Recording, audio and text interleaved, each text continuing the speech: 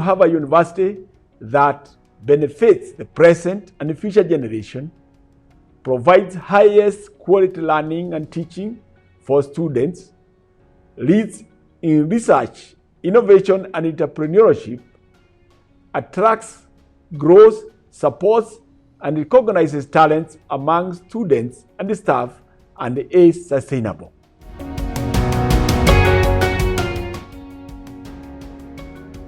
In Kenya, the tendency to have suicidal thoughts among university students is pegged at 16.4%.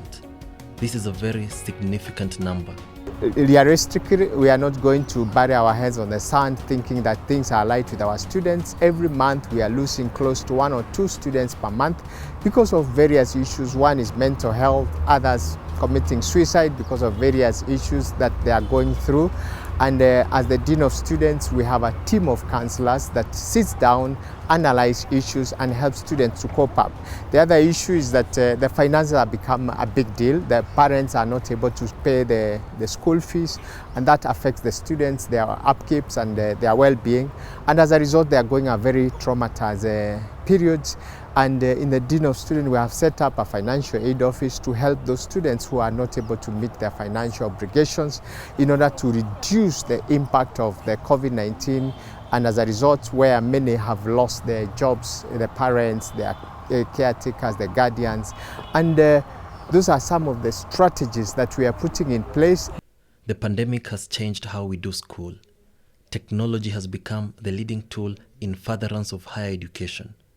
With students not present in the physical classrooms and hostels, support for them has moved with them.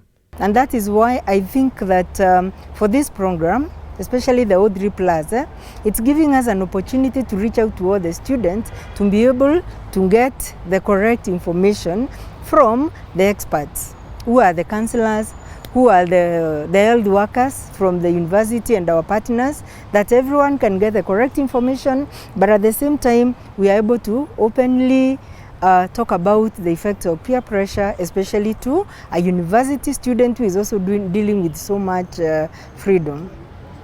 Mental health professionals are not the only ones that play a pivotal role in providing a way out. The school has begun initiatives to include peer counselors in their team. On the other hand, there are those who join campus already with a diagnosis.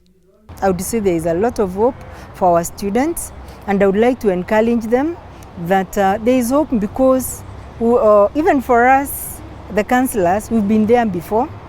We are trained to be able to help them mitigate these challenges. So I would like to encourage any student, if you find yourself in a situation where, number one, you are confused, you need somebody to talk to in confidence, you need to explore your issue in a safe environment, then the counselors are there. And we would like to assure them of what we call unconditional positive regard. It doesn't matter what you have been through. It doesn't matter what has happened. We shall be able to explore the issues with you, walk the journey with you, and finally help you to make an informed decision that you can be able to work with to be able to get back on track, or even to remain on track, because I would again like to correct the concept that counseling is only for people who have lost track. No, counseling is for anyone who requires an opportunity to explore an issue in their life. Systems exist by the students and for the students. It is they who must take advantage of them. We have a chaplaincy that is so vibrant, and our 3 chaplains, the Catholic, the Protestants, the Muslims, they are actually sitting down with the students from various denominations and religions to make sure that the issue of spiritual, which also is a strategy that helps the people, the students to wide up what is actually affecting in their mental status. And as a result, we have seen a lot of changes, a lot of health improved and all that. Well, we work with also sports and games where the students are engaged in a very inter-campus sports and games competitions in order to reduce their mental status and the pressure they have in class and all that. There's a lot of peer pressure because of the internet that we have.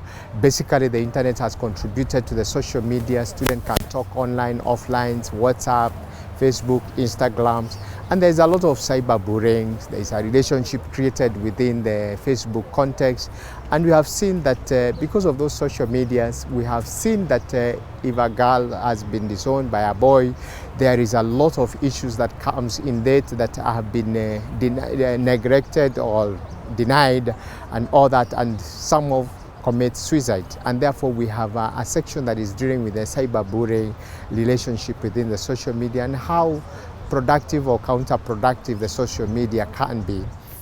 Yes, it is possible, but it's only possible through continued and consistency in having platforms whereby they are being reminded, maybe through counseling, through mentorship, of the need to practice various, maybe certain virtues that can keep them in track. It is very much possible to have students being in a properly well set up mental status.